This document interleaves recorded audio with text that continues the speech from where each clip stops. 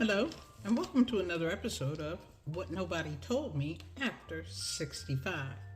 Well, it's your lady on the go, lady in the know, Miss Info. You have reached the Information Nation, where knowledge is shared and wisdom exchanged for the betterment of a people. Let's get started. I want to talk to you about a cashless society. I'll explain to you what that is.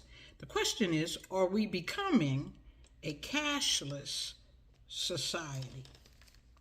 What is a cashless society exactly? It is one in which cash, physical banknotes and coins, is not accepted in any financial transaction. Instead, people will transfer money to one another digitally. You know, Cash App, Zelle, PayPal. Sound familiar? They have already been grooming us toward this reality for a while now. Cash App launched in October of 2013 by the Square Company. In 2015, it officially became Cash App, charging businesses 1.5% per transaction. That's how they stayed in business.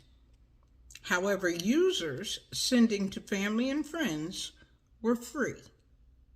That's how they reel you in. PayPal was founded in 1998. eBay owned it until 2015. That was before Cash App came along. It had no competition. That's a monopoly. Remember eBay? You sent checks and money orders by mail to get your goods. If you bought something on eBay, you had to send the money. Once they received it, then they sent you your stuff. I don't know. We were very trusting back then. That was antique by today's standards, I tell you. Venmo is another mobile payment service. It was founded in 2009 and owned by who? PayPal. It is used to split your bills into smaller payments. In 2021, this company handled $230 billion in transactions, and they made $850 million in the profit. So what exactly is happening to the way we will do business in the foreseeable future? I'm getting ready to tell you. Peer-to-peer transactions, or P2P, are electronic money transfers made from one person to another through an intermediary payment application. Payments are sent and received by mobile device or any home computer that has access to the internet. The P2P application must be linked to your bank. It has to be linked to your bank account. And as a transaction occurs, the money is taken directly out of or transferred directly into, because you can send money in and you can take money out, into that connected account. Immediately, almost instantly, it happens. No more waiting for checks to clear, making you feel like you got more money than you had.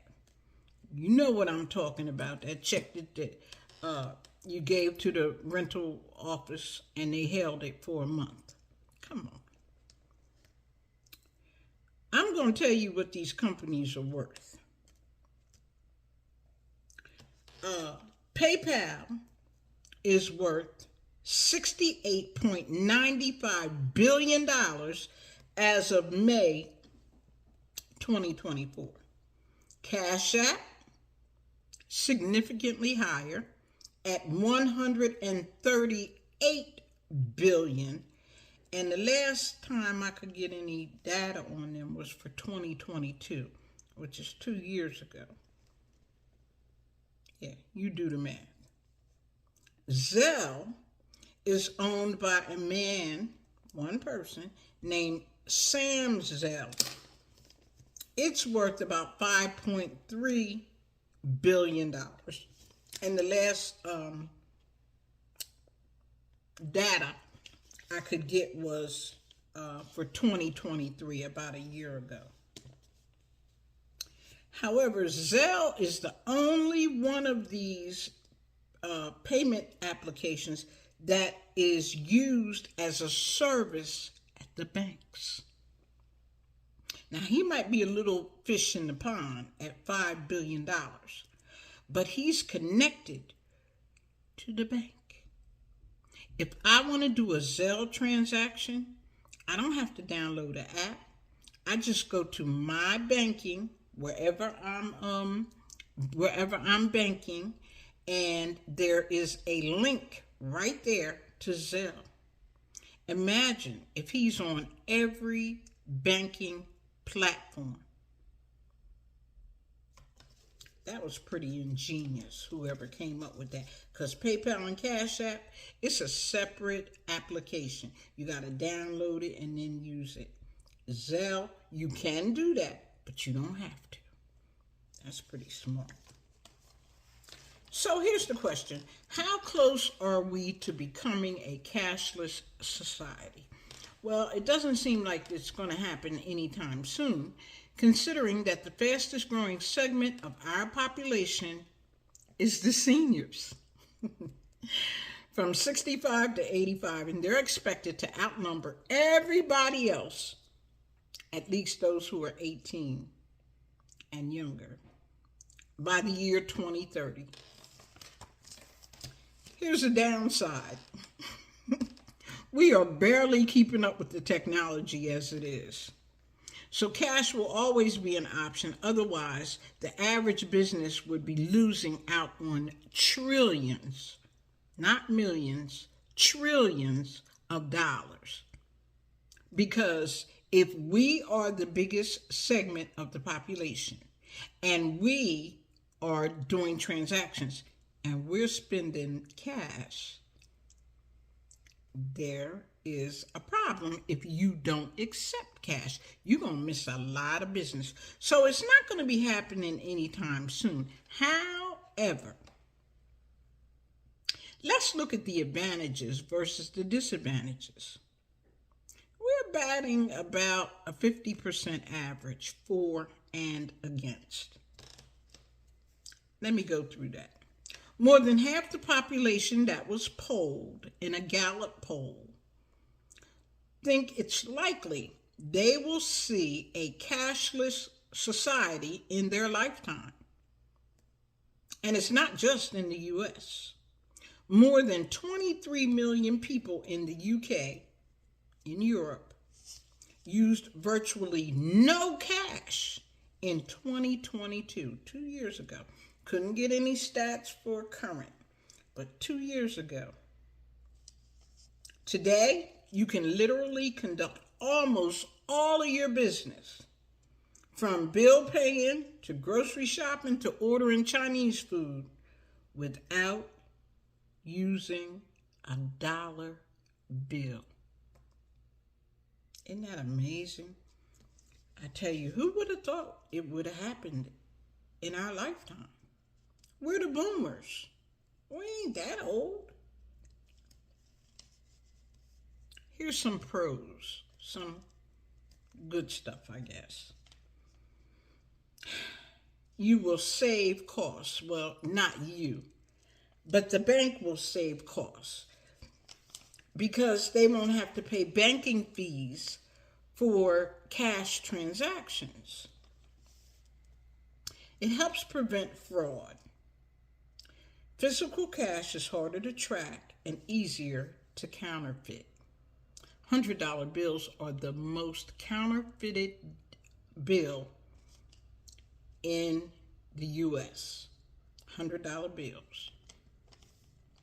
It boosts consumer spending.